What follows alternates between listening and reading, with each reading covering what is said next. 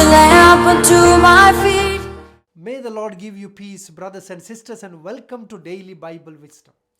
We continue to read from the second letter of St. Paul to the Corinthians, as well as the Sermon on the Mount. Pope Francis called Sermon on the Mount as the charter of Christian life, or the map for Christian life.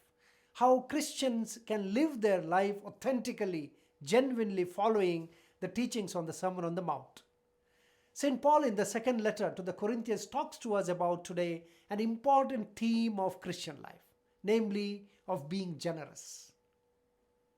Be generous to one another. Why? St. Paul says, because Christ became poor for you so that you may be rich. And when you are rich, you may be generous to one another.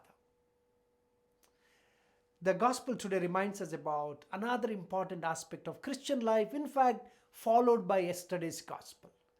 The love of enemy is a foremost characteristic of Christians. Love of enemies is not something that we call as, I am too human, I am too weak, I cannot love my enemy. But rather, love of enemy is characterized by the Christian way of life. I remember how while growing up in the school as a young teenager, I had a terrific rivalry with my companion.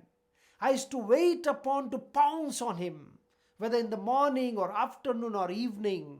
I wanted to take revenge on him. I wanted to shout at him. I wanted to fool him, make fun of him.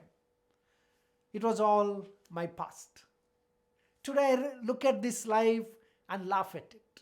How we can be revengeful, how we can wait upon to fool others, to put down others, to make mockery of others. That is not being Christian. Simple as that. Even if we say I cannot help it, it is not being Christian. Today we are given further grace from God to be generous to one another. Generosity comes from Christ himself, who became generous to us. As it is said, when God increases your wealth, do not increase your lifestyle, but rather increase giving, being generous. When God graces you with wonderful gifts, learn to be generous. And most of all, learn to be generous with your own enemies. For we have no business to take revenge with our enemies. Love of God always means love of others that include our so-called enemies. May this another day, new day that we begin today, be blessed by God, and may we go out of our way to be generous in whatever way possible, and thus giving witness to the great Christian characteristics, namely even to be generous to our enemies. God bless you and have a wonderful day.